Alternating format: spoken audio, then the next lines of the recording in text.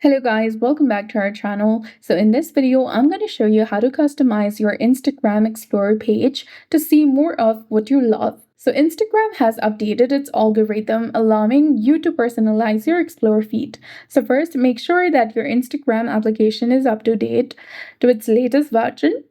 Then open Instagram and tap on the search icon at the bottom to go to the Explorer page. At the top below the search bar, you'll see a menu of topics Instagram suggests based on your activity. You can tap on any of these to see a curated Explorer page related to your interest.